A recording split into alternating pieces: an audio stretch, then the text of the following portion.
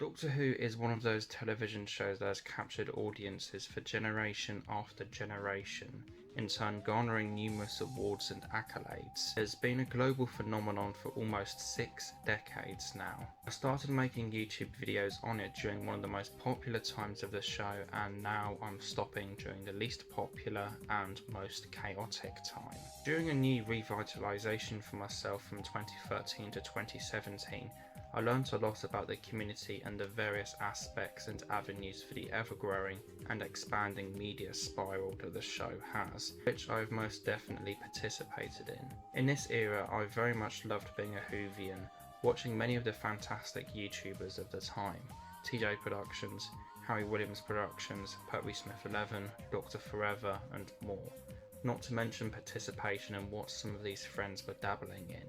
The show at this point was at an all-time high. Some people had their criticisms of the Stephen Moffat era for sure, but it was hard to deny the Doctor Who zeitgeist that plagued 2013. The 50th anniversary year was a massive global phenomenon, bringing together fans from all corners of the globe, with millions watching the special event episode The Day of the Doctor that year. However, it's safe to say that this wouldn't last, and the popularity has definitely dwindled. I've been in the community for nearly 2 decades and most of my life. I have many things to thank it for and many that I am displeased with, especially today. I have processed many high points for the franchise, as well as the decline of not only the show, but the fanbase itself, as well as the fragility of it disintegrated once Chibnall took the seat. By this point, it's no secret that I hate Once Upon a Time, having uploaded a very negative reaction video the same day it went out, and a bit more of a well fleshed out 40-minute video on the episode as a part of this series. This is a very significant episode, but as you can tell that this is the exact moment that the fandom just falls apart. As the woman falls to Earth, the community falls into the pits of hell, while the TARDIS literally tries to kill itself to try and stay out of the maelstrom of opinionated degeneracy that it can foresee the fandom becoming. In 2022, for me, it really has been shown over the past good couple of years how entitled and pretentious Doctor Who fans have become. The weeds of this fandom have definitely shown in recent times, spewing many despicable acts, which includes but not limited to harassing the showrunner on their birthday. Gone are the days where Whovians were seen as a welcoming fan base, not to mention one of the biggest generally. Now it seems like they're just going to be known as a cancel culture fueled group of insecure and unhappy individuals.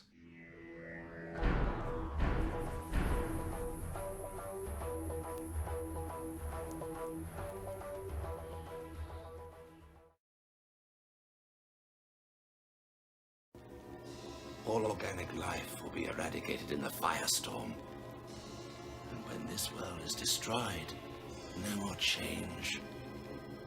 No more evolution. No more life. No more amendments to my catalog. But you evolve too, Life. Nonsense. Of course you do. You change, adapt, all the time. Your attitude, your place, your mind. I mean, look at you now. You're no longer your original shape. In 1989, the, at the time, last story of the show was transmitted.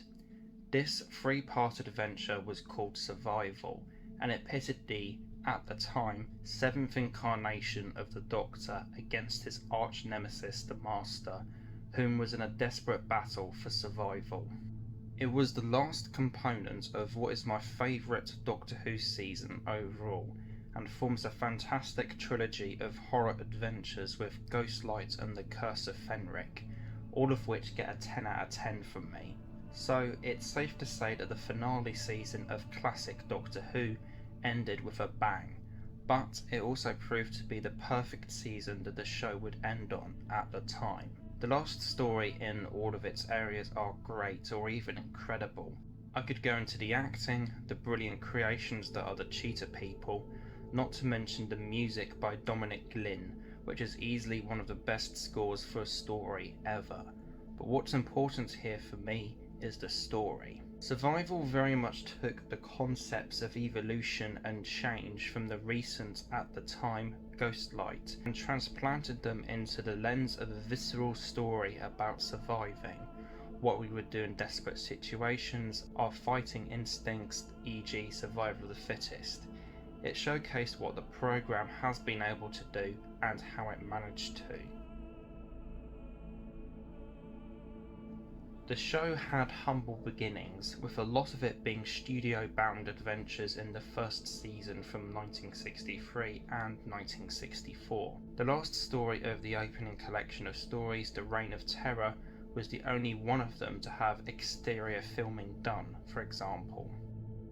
It would go on to achieve great success with future seasons and allowed itself to transform itself into something new or fresh for the program, while still sticking to the core concept.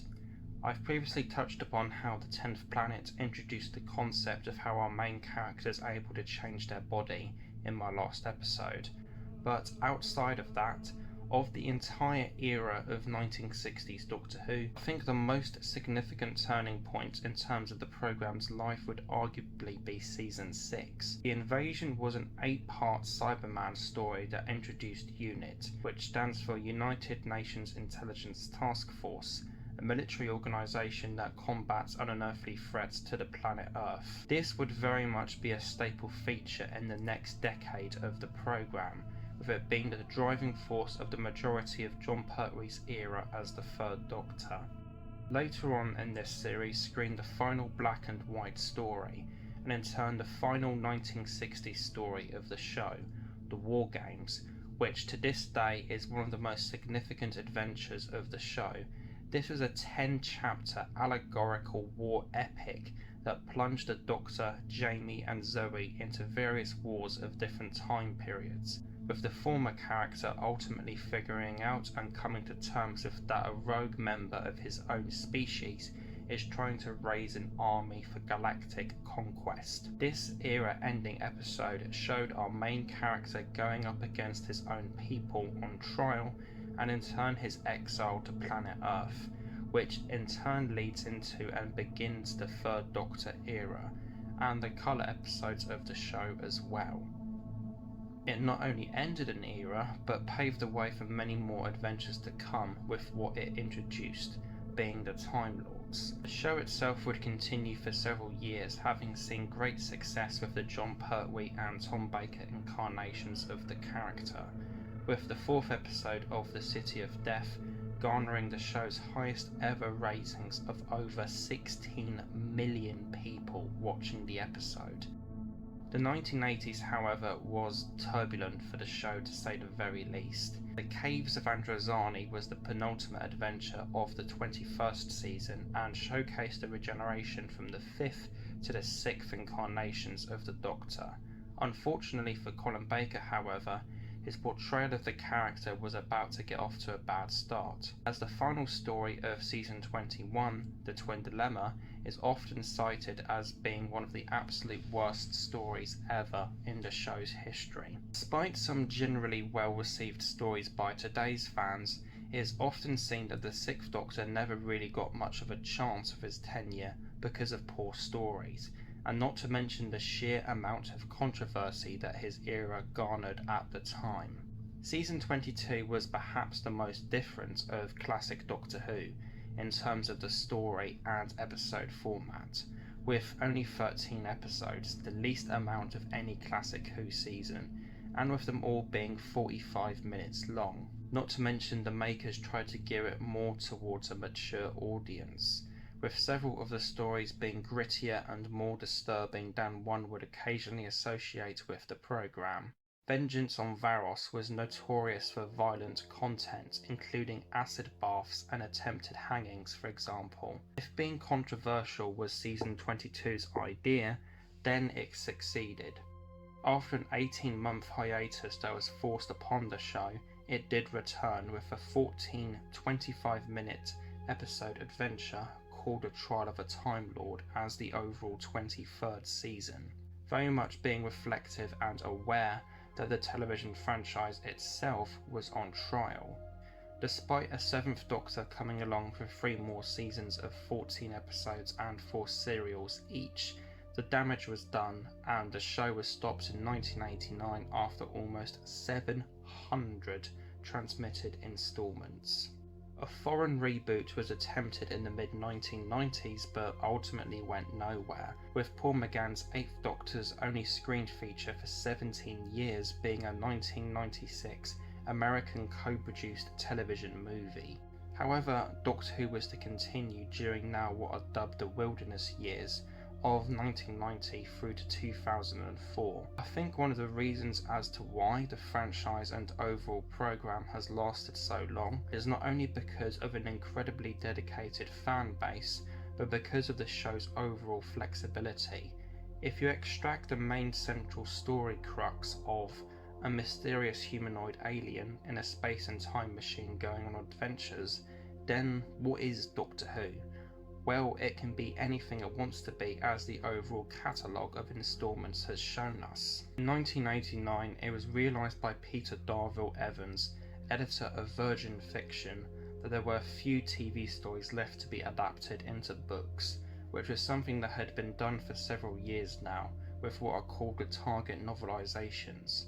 Denied at the time but later granted at the end of the year with broadcasting of season 26 now completed, Virgin were given the license to produce full-length original novels of the show. In 1991, a series of 4 books called the Time Worm series were released, which started the Virgin New Adventures range of Doctor Who novels. Until 1997, this collection of books acted as a continuation of the show, with 60 entries featuring and focusing on the 7th Doctor. They would feature new companions such as Chris and Roz, who would debut in 1995's brilliant original Sin, and also old companions of the television show such as Ace, who had a departure story with Set Piece. It effectively tried to act as a continuation of the television show, albeit with more of a mature tone in areas such as Bernice Summerfield, an original companion, having sex with an ice warrior at one point.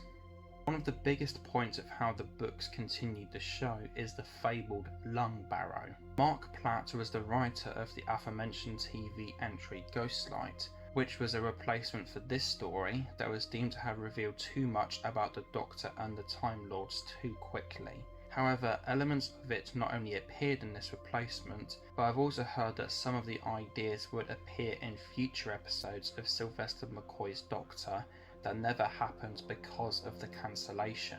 A sub-range of 33 books dubbed the Virgin Missing Adventures was also created and released, which focused on original adventures of the first 6 Doctors, not to mention the additional 3rd Doctor novel, Who Killed Kennedy, and another 23 with Bernice Summerfield as the main character after Virgin had lost their license for Doctor Who.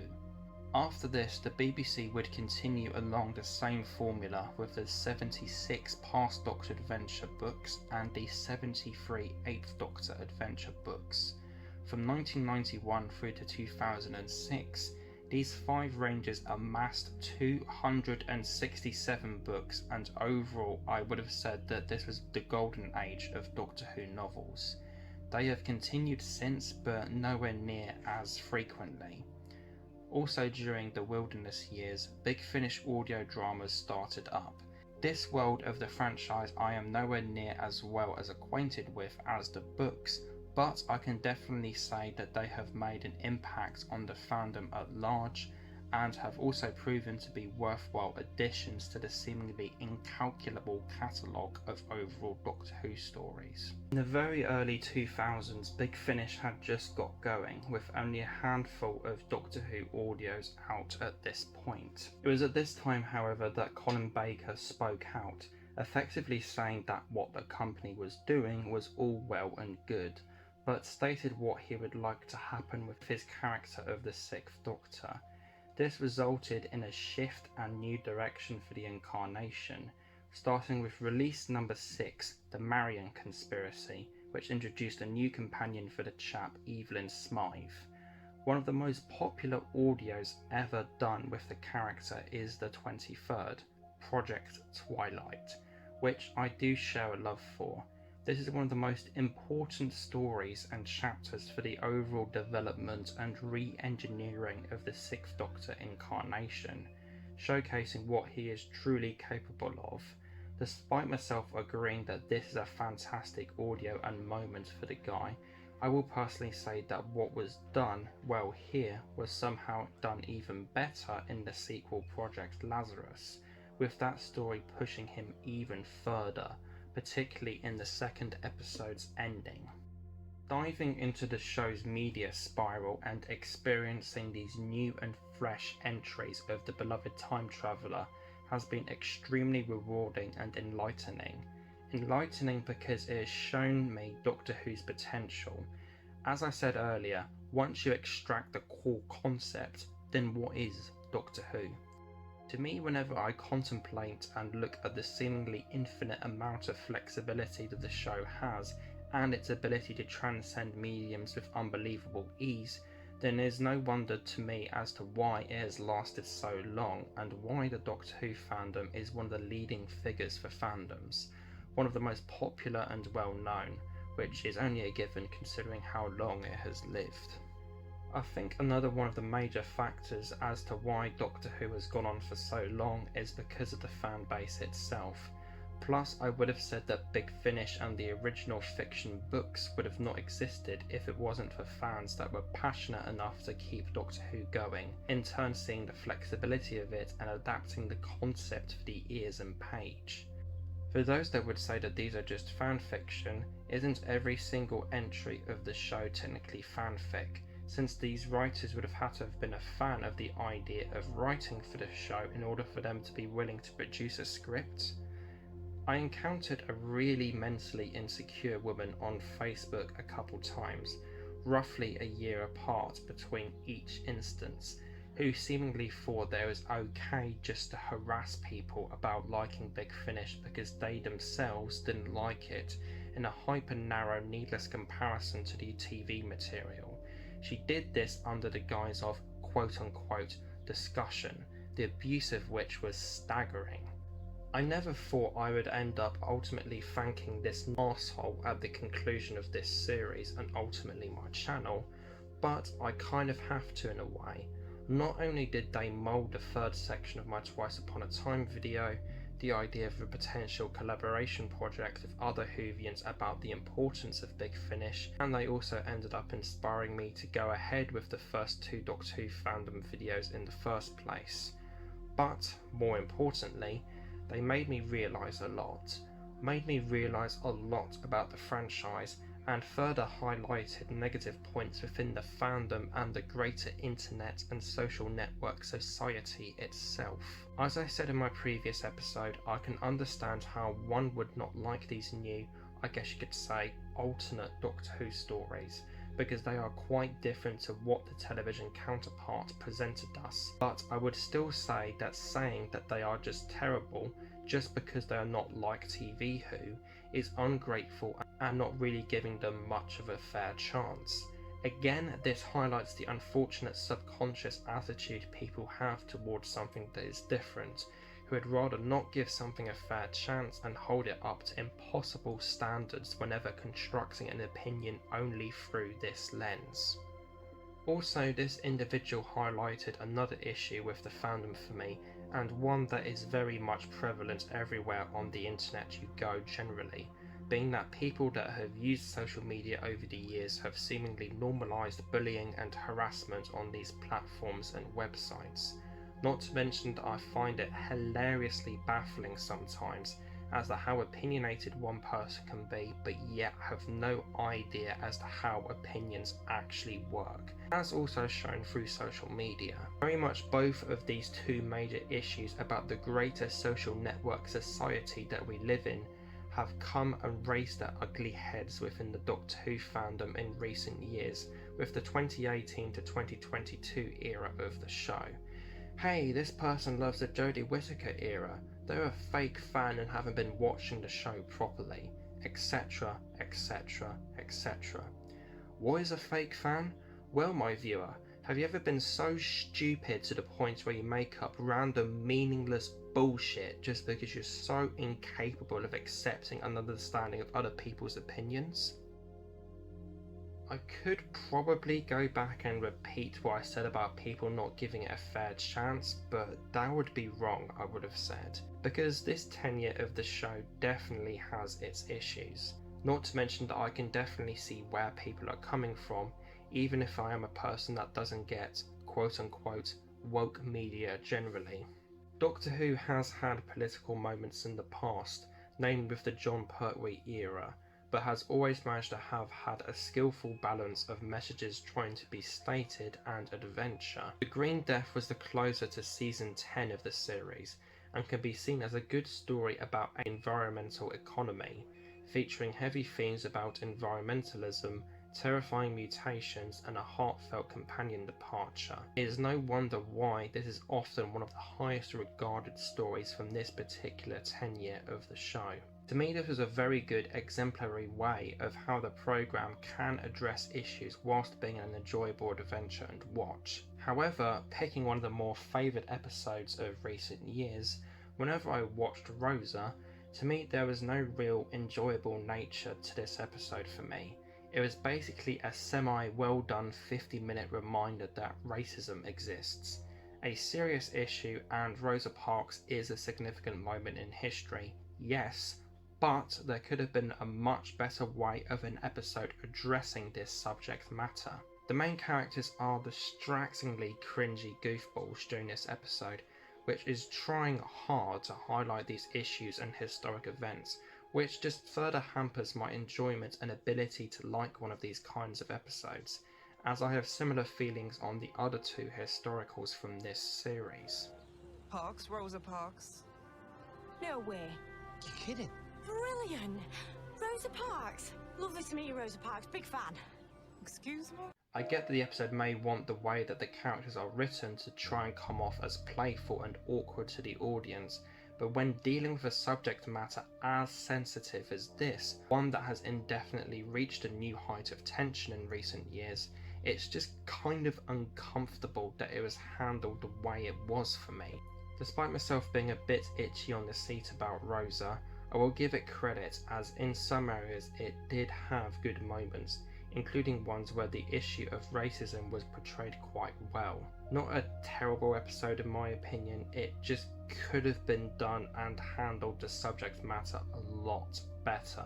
Whereas for me personally, the historicals of Series 11 were a bit of a big misstep, especially considering that the show in a way seemed to be going back to its roots of alternating between sci-fi and historicals.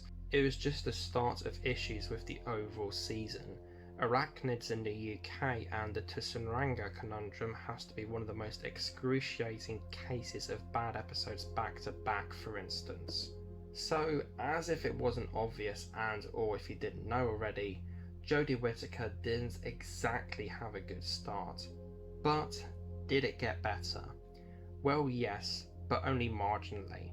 Series 12 started off pretty promising with Spyfall Part 1, but slowly devolved with the next 3 episodes.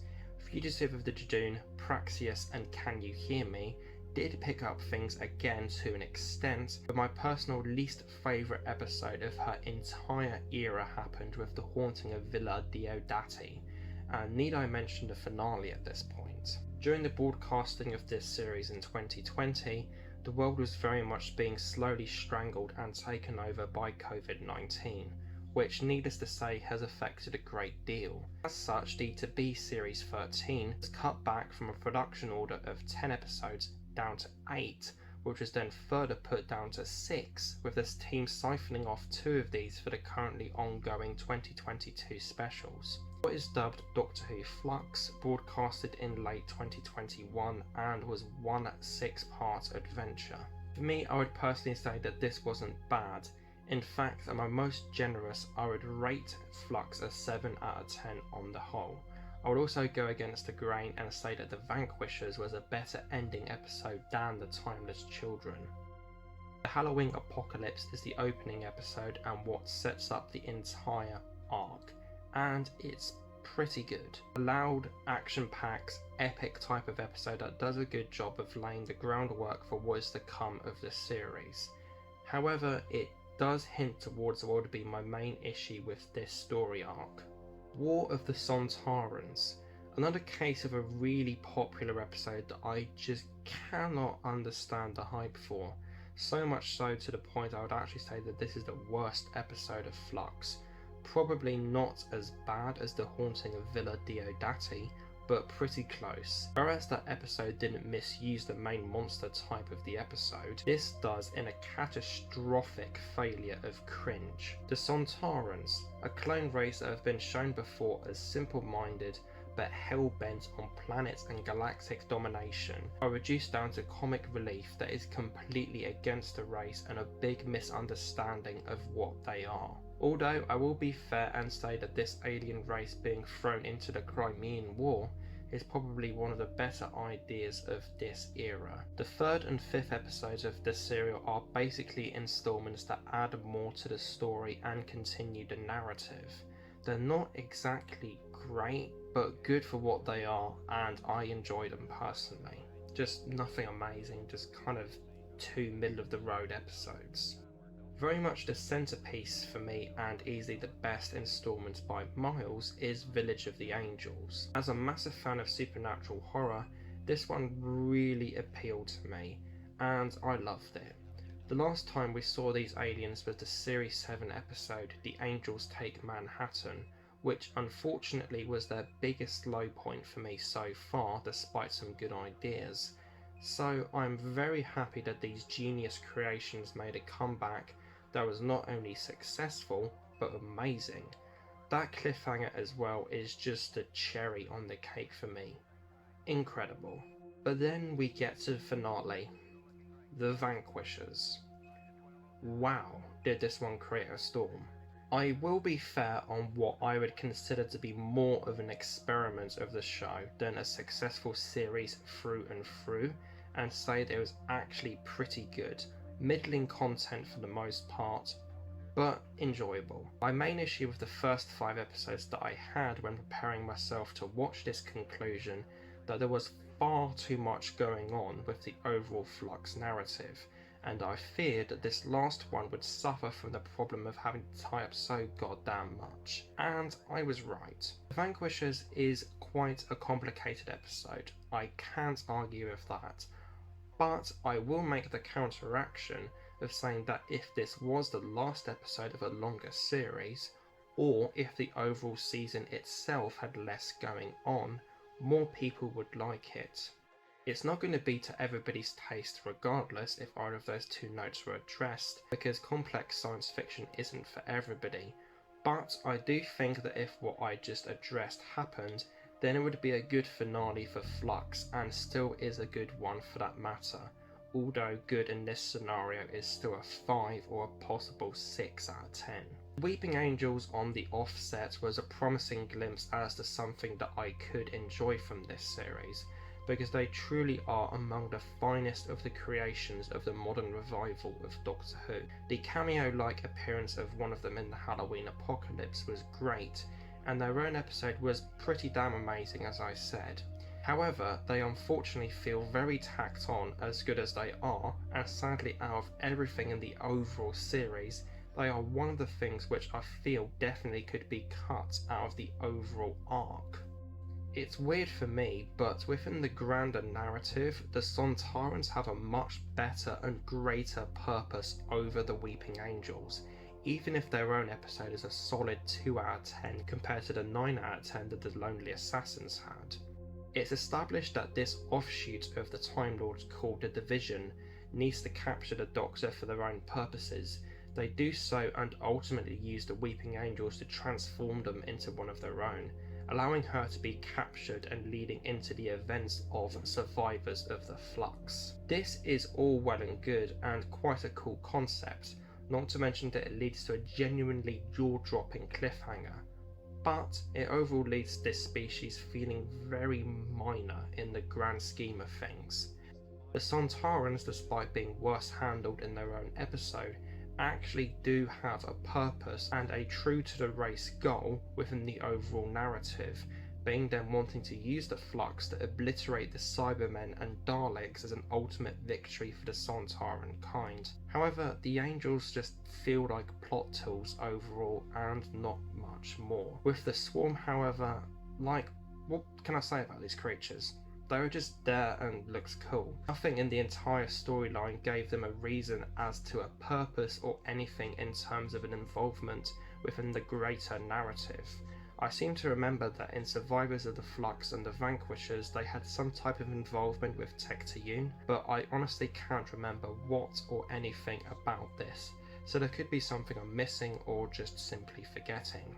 So yeah, overall, I quite like the overall 13th series of the Revival, even with its several issues. As a person that adores large-scale sci-fi, the concept of this entrance really appeals to me, with it being one 6-part epic that totals to about 5.5 hours. Doctor in the past has succeeded in creating storylines like this, and with the concept of the show and what has been canonically established, something like this is very much possible and a great idea for the show to do. It's a shame then that this adventure felt rushed because of it having far too much going on in it.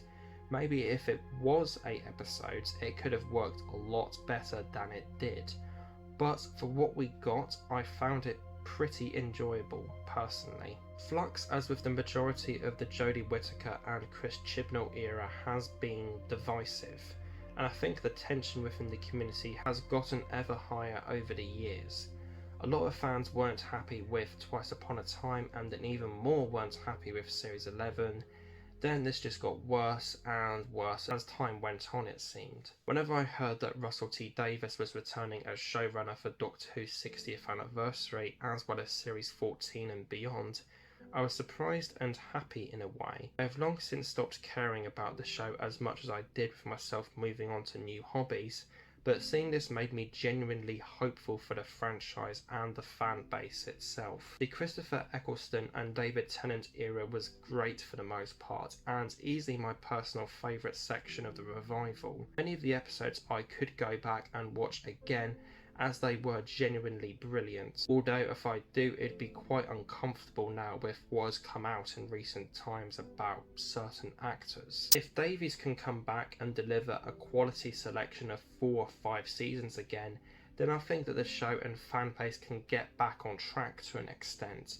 I say to an extent because as much as many would like to forget that it has happened, Series 11, 12 and 13 have happened, and that isn't going to change. However, I would like to make a point that has me worried about the second RTD era, being company interference.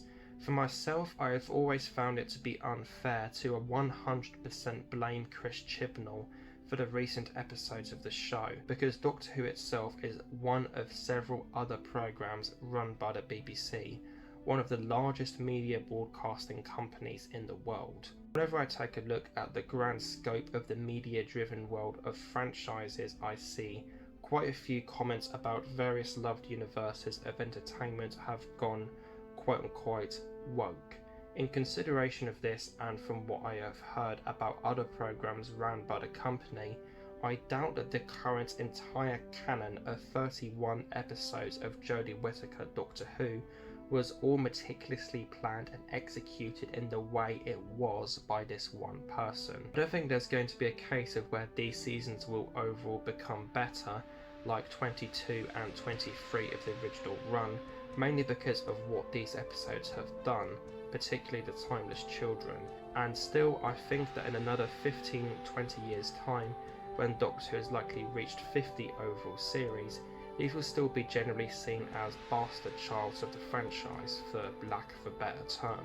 People may think that I sound overly confident with stating the strong possibility of the show reaching 50 overall seasons, but I do think that it will happen eventually, even if it is a little slower to reach that goal than what I predicted just then.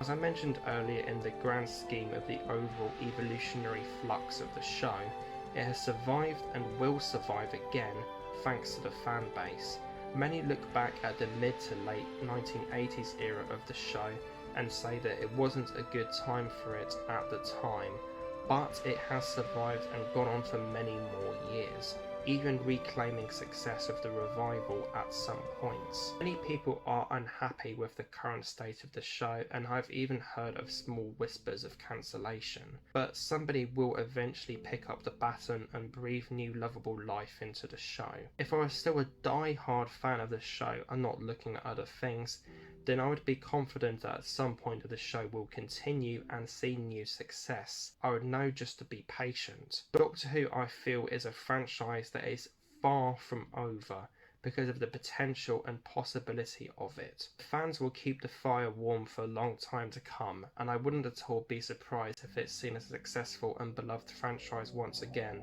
by the late 2020s or even early 2030s. The end for our world-renowned time traveller is far from here. For Pitch Skull Black, however, this is the end.